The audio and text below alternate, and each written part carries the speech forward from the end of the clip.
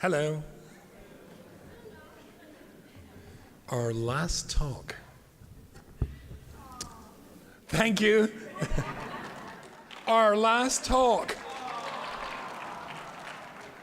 More like it. I have a fragile ego, you know. Harry Potter and Judaism.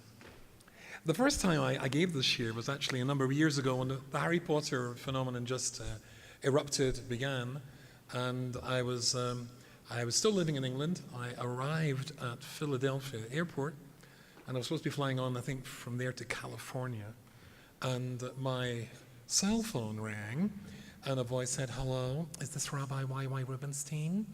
And I said, "Yes." "Hi, Rabbi. I'm phoning you from the Philadelphia Inquirer, going up at the end of my sentences, and speaking like a complete mental case." And I said, "Oh, yes." He said, "Rabbi, I believe you're speaking in a week's time in Philly on the subject of Harry Potter." And I said, "Yes.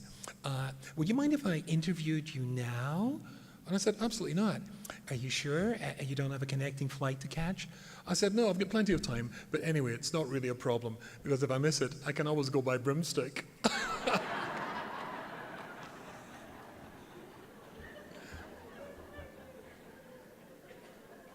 And she said, "Pardon?" Goody. And then as the next couple of books came onto the scene, somebody asked me to come and give this lecture in New York, in the Lower East Side of Manhattan, the Lower East Side, where people speak completely through the nose. And so there was a young fellow who was working with an old rabbi in an old shul, and he hadn't alerted me to the fact that his audience were basically new Russian immigrants to the United States of America. And so he said, "What's your most popular lecture?" And I said, "Well, at the moment it's Harry Potter and Judaism." Said the young rabbi. I said, "Okay, we'll have that."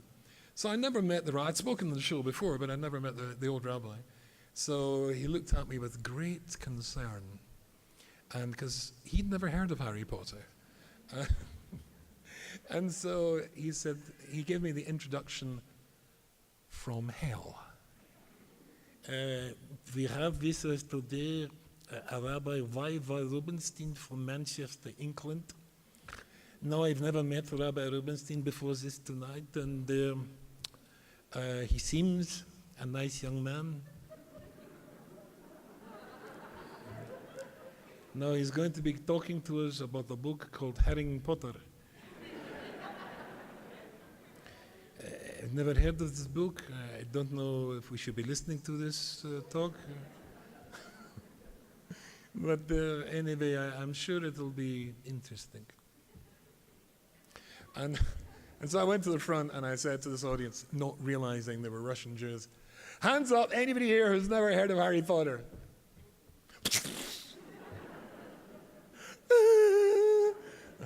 Oh, well, let me tell you about it. But of course, since then, I think we all know, and everybody knows, what an incredible global phenomenon the Harry Potter books were and are.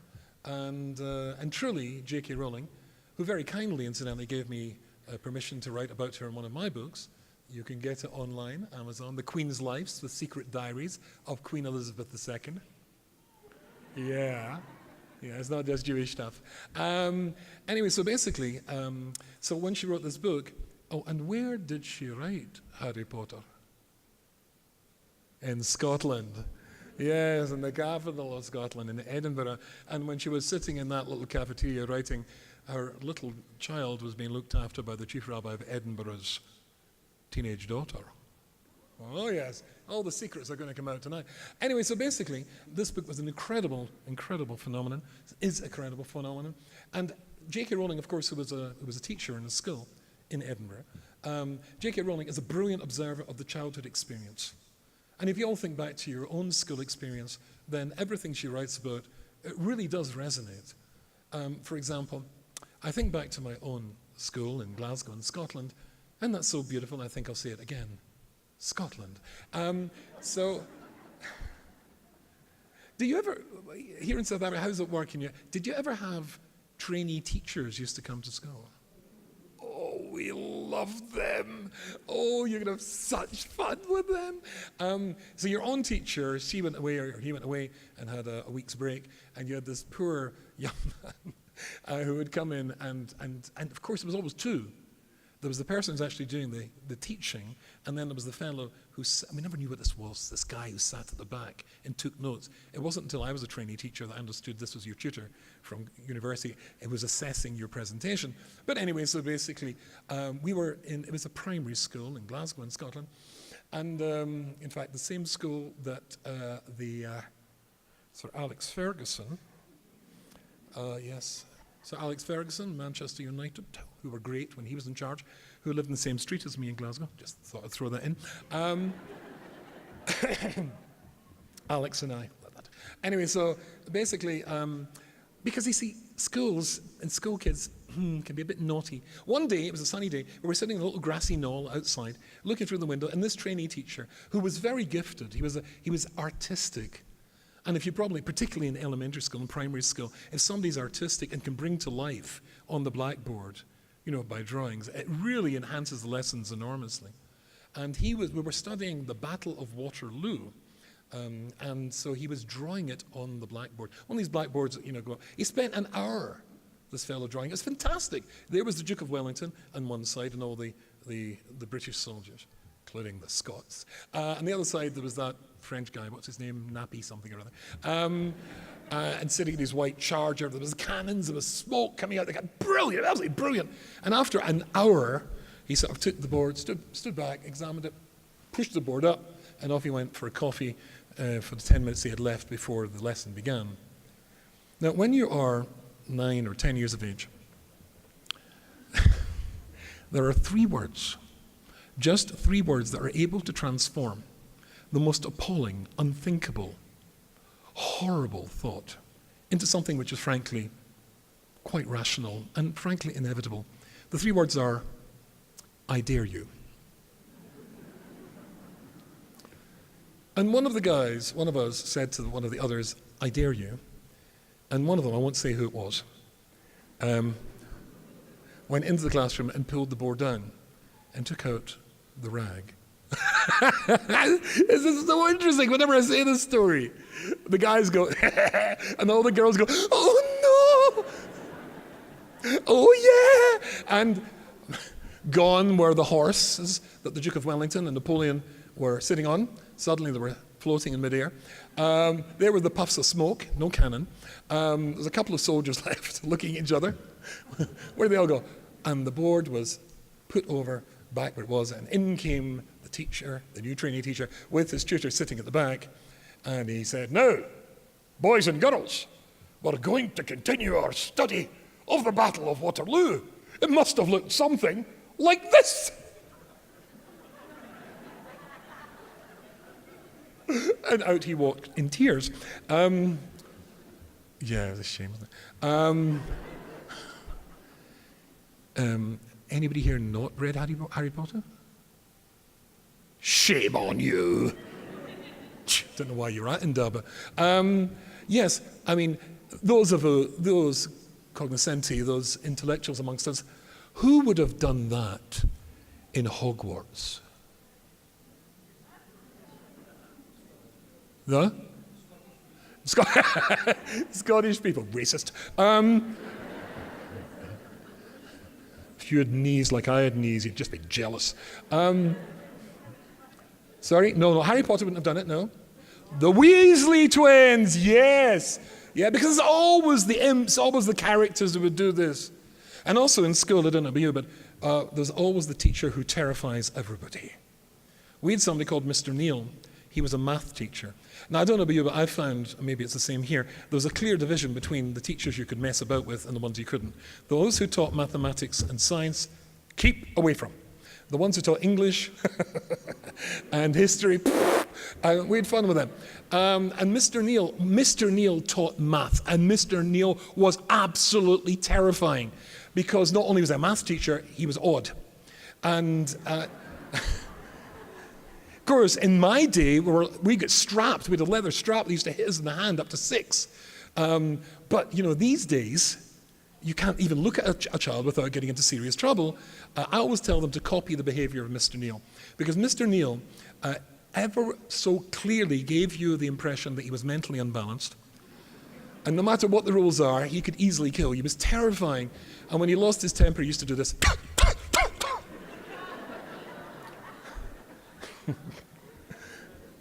His nickname was Bud.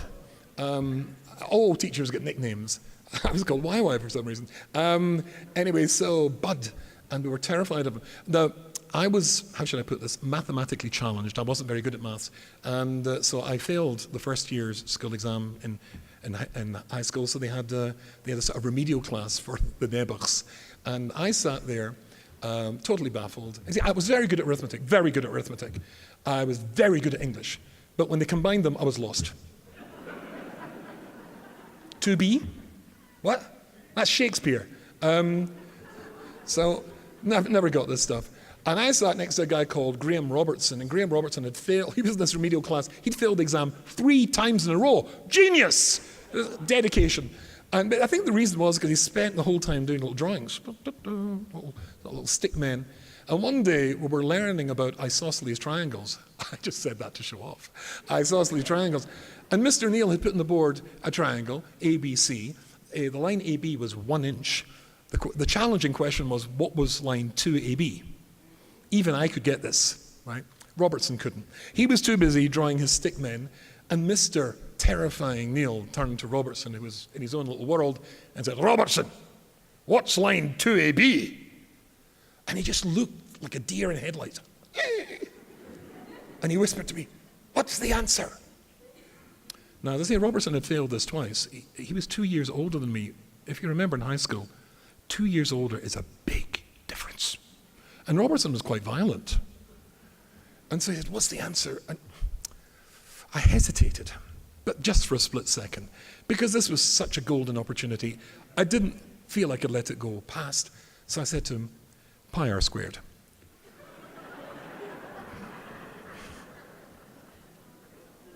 Now this sounded sufficiently mathematical as far as Robertson was concerned. Pi r squared, sir. Mr. Neal. I don't see how you got pi r squared, Robertson. Robertson said he was going to kill me. After the lesson, I was able to convince him to see the funny side. However, 2 weeks later, when precisely the same thing happened, there was Robertson doing his drawing as his stickman, and Mr. Neal asked him a question. And of course he said to me, what's the answer? And then he hesitated. He remembered, and he said, give me the wrong answer, and I'll kill you. Now, I really did hesitate this time. However, it was too good. Pi r squared, I said. Pi r squared, sir! You seem to have a fixation with pi r squared, Robertson. There's always a teacher who's absolutely terrifying in Hogwarts. Who is that? Snape. Severus Snape. And then, of course, J.K. Rowling brilliantly observes the cruelty of childhood and the cruelty of school. Growing up, there was a terrifying phrase which was, I'll see you after the bell. And that meant there was going to be a fight. And if you were really unlucky, the entire class was going to come and watch it. And really, sometimes the whole school. And they would encourage you if they liked you, or discourage you if they disliked you, and they would say, kill, kill, kill. Well, it was Scotland. And she's extremely good at spotting the cruelty of childhood. Who was in Harry Potter, who's the cruel one? Draco Malfoy. Yes, of course. And Crabbe and Goyle. So Harry Potter goes to school and is brilliantly observed, but of course not just an ordinary school, but Hogwarts School of Witchcraft and Wizardry, which is located where? Scotland. I am getting through to you, yes. Yes, created in Scotland. And of course, it's not an ordinary school, it's a school for witches and wizards. And as Hagrid tells Harry, once you've been trained up a bit, you'll be a fine wizard. And indeed, he becomes somebody who learns all about magic. And he's somebody who learns all about ghosts. Because each of the 4 Hogwarts schools named major prize. Anybody who can name the 4 Hogwarts? Yes. Hufflepuff, Gryffindor, Ravenclaw, and Slytherin. Slytherin, where he who should not be named comes from. So he learns about magic, and he learns about ghosts, because each of the houses have their own house ghost. Nearly headless Nick, John Cleese, who I once had the pleasure of making a TV program with, plays Sir Nicholas, Whimsy Porkington, I can't remember his name, etc. And of course they also learn about curses. Does Judaism believe in magic? How do we know? Name one of the 10 Commandments. Name one of the 10 Commandments which is a no, a don't do something. Don't kill, yes. Don't steal, yes. Don't commit adultery, yes. That'll do. Why do you think the Torah has to tell us not to steal and not to commit adultery, not to covet, whatever coveting is, etc., etc.? Why does the Torah have to tell us that? Because people do it. Because people do it. It's really quite simple. So here is the Torah. When the Torah says the following thing. For those who are interested, it's in Devarim, and it's chapter 18, and it's verse 9. Ki ata bo ela oretz asher Hashem Elokecha nosen lach, when you come to the land which God's giving you. Lo silmer la'asas katevas agoyim. Don't copy the behavior of the people who lived there before. Lo yimotz b'chol ma'avir b'noy ubitoi ba'ish. No child sacrifices. Kaisim kasamim ba'onim nachem shchashiv. No magic. No occult. None of that sort of stuff. That's what got them kicked out, it says. So if the Torah tells you not to do it, it must be doable. The reason it says don't steal, don't kill, don't murder is because people do these things. If it tells you not to do magic, then magic must be doable. Do we believe in ghosts? Can you anybody give me an example of Judaism believing in ghosts? Sorry? Oh, no, not bad. He says at the Seder night, Elijah the prophet comes. He's not a ghost. He never died. So that doesn't make him a ghost. He's just like weird. But when the prophet Shmuel dies, King Saul is about to fight a battle against the Philistines. He could have gone to his prophet and asked him what's going to happen, but he can't because he's died. So he goes to a witch of Endor, and she conjures up for him the ghost of Shmuel and Moshe Rabbeinu. What's going to happen to me tomorrow? You're going to die in battle, which is precisely what happened. So yes, we believe in ghosts as well. And he learns about curses, Harry Potter does. What are the four unforgivable curses that get you a lifetime sentence in the prison, Azkaban? It's like there's 3, isn't there? There's the Imperious curse. You point your wand at somebody, you say Imperio, and you control their mind. Then there is, yes, the torturing curse. Crucio, pain beyond pain. And then, of course, there is the killing curse. Avada Kedavra. And of course, you know Avada Kedavra comes from the Kabbalah. It's an Aramaic Kabbalistic word. The green light that killed Harry's parents. Do we believe in curses? Very much. The Torah says you mustn't curse somebody. Balaam comes to curse the Jewish people. So what is magic? If it's real, how does it work? The Torah has to go to such extent to make sure that it's not supposed to work. So we can turn to the Rambam. Maimonides talks about this. Listen to this. This is absolutely amazing. And we'll see how this relates to the time of year that we're standing in at the moment. In the Rambam, there is the laws of idolatry. Listen to this. Bimei Enosh, in the days of a fellow called Enosh, that's the 3rd generation of humanity, Tobani Odom Toz Godel. Humanity made an enormous mistake. And they followed the advice of the people of that generation. And Enosh himself was one of the guys who made the mistake. And what was their mistake? He says, since God created these stars, Galgalim, and these planets, here's the crucial word, lahanig es ha'olam, to control events in the world, and put them in heaven, and God gave them great honor. Then and their servants who serve God. It's appropriate for us to honor them too. They're so much greater than we are. Did you know that planets are living creatures? Says the Kabbalistic books. Sentient beings. And they are given control. Lahani, they control events in this world. And therefore we should honor them. If, I don't know, let's say the the Prime Minister of England, Mrs. May, walked in and joined in Sinai Indaba, even though we're in South Africa, but we'd still be required halachically to stand up when she came into the room. We're giving her respect because she is the Prime Minister, the Queen's First Minister, and there's a mitzvah to give honor to a king or a queen. And therefore, if God has made these creations which are so much greater, and they control events in this world, then we should honor them. Well, you can obviously understand that over time they started to forget that they were honoring the planets as a reflection of honor to God, and they started honoring them in their own right and worshipping them in their own right. Because magic is the ability to take the power that comes from the planets, and power does come from the planets, and manipulate that for purposes or for your own purposes. Does that sound strange? The name for the constellations and the planets is Mazalot. Mazalot. And as it is this still working? Yeah, I can move over here. And if you imagine that this is actually very, very nice, I'll be the sun, a nice round stage here. And I don't know where we put, I will now create planet Earth. Boom. And here's planet Earth going in its orbit, its elliptical orbit around me. And as it does so, it comes nearer and nearer to various constellations. These are called the Mazalot. And if you've ever been to the dentist, the doctor, and you've looked in the magazines, particularly ladies' magazines, it's got your star signs.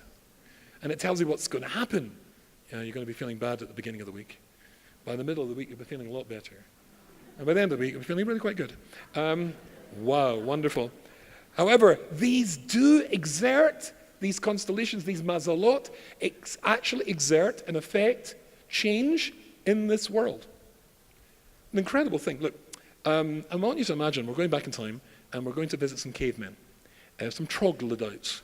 And so they are having, Mr. and Mrs. Flintstone are having an argument, right?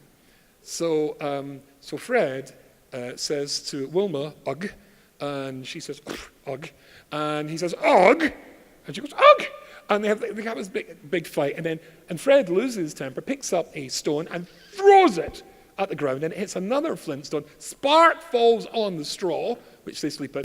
It bursts into flame. Ah! Ugh. And they rush out of the cave, and inside it's all lit up, and it's hot, and everything's burned. But what have they just discovered? Fire. Wowzers, right? And now they don't have to eat raw food anymore, and they can stay warm, and it's a great leap forward for mankind.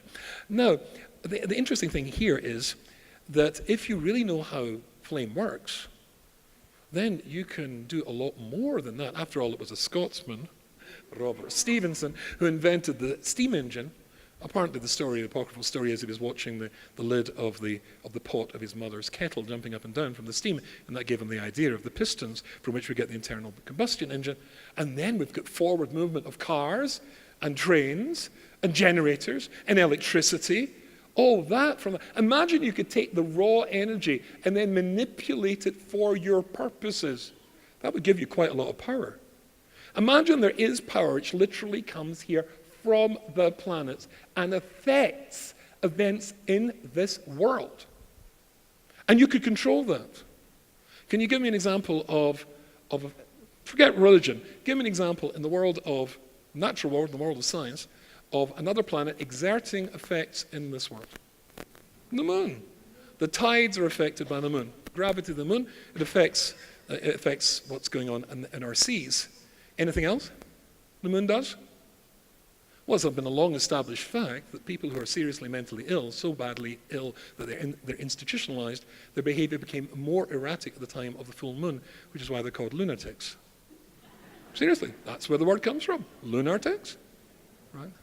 And even women's fertility cycles can be controlled by the cycles of the moon. Now imagine you can take that power and control that power. What incredible stuff that could do. That is what magic is, says the Rambam. Avodah Zarah, as these planets are going round, all this is really, the purpose of magic is to take that energy and manipulate it for your purposes. Quite amazing stuff. It was real. It did do stuff. And if you look in chapter 9 of these laws of Avodah Zarah, then you'll see something really quite interesting. It says, it's chapter 9. It says, how did they do this Avodah Zarah stuff? How did they do this magic? It says, you'll take a myrtle wand. Whose wand was myrtle? Here's a big question, Harry Potter fans. Who had a myrtle wand? Who? Can't hear. Hermione? Nope. No, but you're getting warm. Harry Potter's mother, Lily, had a myrtle wand. And here the Rambam says they were able to take that, they were able to do stuff, and they really could control events. Magic was real. And therefore it became a big temptation for the Jewish people. Avodah Zarah was real. It was a big temptation for the Jewish people. Incidentally, when it's talking about the punishment for magic, which is a very strict prohibition, it says, but if the person who does it is underage, when it's written here in the Rambam, Harry Who Potter, he is exempt. Oh, I thought that was quite good, really. Curses. It's interesting that when Balaam comes to curse the Jewish people, then what happens is, of course, that God changes the words coming out of his mouth. Instead of being a curse, it turns it into a blessing. Why? Let him curse. Let him curse till he's blue in the face. The Jews should have tax inspections and all sorts of horrible things, and the gefilte fish should go off. I don't know, all sorts of, And instead, God changes them, that they are famously turned into a blessing. Why bother? Let him curse. Who cares? God has to react to that? The answer is yes, God has to react to that. In order for there to be freedom of choice, God, by definition, has to have a balance, as King Solomon says, Zul umazubar alakim. For every negative, there's an equal and opposite positive, and for every positive, there's an equal and opposite negative. So that means to say that if we had, as we did, prophets who were able to look into the future and see things, and do incredible things, they had to have that as well, so that people would have choice. If not, then people have no choice. I want you to imagine the following. This actually nearly happened. Most of this happened. I was lecturing to an audience, about half the size, many years ago, much smaller actually, it was 200 students in a synagogue in London for an organization called Or Sameach. And what happened was, at the end of my spiel, my lecture, I said to them, look, it's coming to your summer vacation. Do something positively Jewish with your summer vacation. Don't go to Camp America and smoke marijuana with the kids. No. Go to a good place like Or Sameach or Neve Yerushalayim and discover your Jewish identity. And so, fine. That was that. Now, it was split like this. There was a corridor, so there was 100 on this side, 100 on the other side. And I want you to imagine the following. This did not happen, but I want you to imagine that half of the people there said, you know what, he's right. How inspiring, how wonderful. I'm going off to yeshiva. And they go. And they go, half of the 50 girls go to Neve, and 50 boys go to Or Sameach, and they love it, and they really get turned on to Judaism, and they become very, very serious. They come back, they get really good degrees, and by an incredible statistical freak, the 50 boys married the 50 girls. They had incredibly happy lives, incredibly successful careers. Their children were just total nachas who gave them no trouble whatsoever, and they followed in their parents' footsteps, and they never got ill, and they all lived a very ripe old age, and one night, silently and peacefully in their sleep, they all just disappeared and went back to heaven. Now, I want you to imagine that the other 100 said, like the guy's accent, some of the jokes were okay, but frankly, he's a mental retard. I mean, that's totally medieval nonsense. Not for me. So they went to Camp America, did lots and lots of drugs, got really rotten degrees and really rotten jobs, and again, statistically, they married each other. And they all cheated on each other, and the kids were really obnoxious and did more drugs than the parents, and it was a mess. They all get cancer and heart disease and obesity and all sorts of stuff, and they all died young. Now, I want you to imagine that 10 years later, I'm giving the exact same presentation in the exact same synagogue to the exact same number of people who, by an amazing freak, happen to be the younger siblings of the original group. And at the end of the presentation, I turn around and say, you know what? Please do something positive with your Jewish vacation. I'd like you to go and study and know what being Jewish is all about. And they all know what happened to the previous group. Who's not going to yeshiva and seminary now? Well, they all will. Because it's so obvious you do that, everything's going to be great. And if you don't do that, everything's going to be lousy. Well, then you've got no freedom of choice left. So for every positive, there's an equal and opposite negative. Religious people are not immune from cancer and heart disease and all sorts of stuff. Life's life. That's not how it works. So we were given abilities and powers, but so did they. There was opposite negative, and they got their powers from the planets that do exert effects in this world. Which is why when we're coming to Passover, we can now together answer the classic, the number one question when it comes to Passover. Do you know what the number one question is? Sorry? Why is this? No, that's a good one, but why is this night different? No? Paro in pajamas in the middle of the night. Paro in pajamas in the middle of the night. My little girls used to come home from school and used to sing this all the time. Why was Paro in pajamas in the middle of the night? Right? That's the real question. I mean, because let's face it, if you were Pharaoh and, along comes Moses and says, let my people go, and he turns around and says, who? Who says I am? The God of the Hebrews. Never heard of him, liar. Gets down the Guinness Book of Gods. No, can't find them. Makes things worse, right? And then what happens next? Damn, right? So what would you think? Wowzers. If you were a slave in Egypt, you go, wow, that's cool. And then frogs. The next day, then the plague of frogs. The whole of Egypt is covered with people saying, excuse me, where's the pyramids? Etc. And then eventually come to, after 9 big plagues, Moses says the last one is the death of the firstborn. And you, Pharaoh, are a firstborn. And they have to wake him up in the middle of the night to tell him that it's come true and all the firstborn are dead. How was he asleep? Why was he asleep? Why wasn't he worried? Why wasn't he worried? He's a firstborn. If you were having a big operation tomorrow, would you be sleeping tonight? No. And Moses said, the firstborn are going to die. Well, the answer is quite simple. Because what was the Egyptians' chief god? Anybody know? The sheep, indeed, the sheep. That's why we had to take the lamb and tie it to the foot of our bed. And so that was the sheep. Let's be honest here. They worshipped a sheep. Are they mental?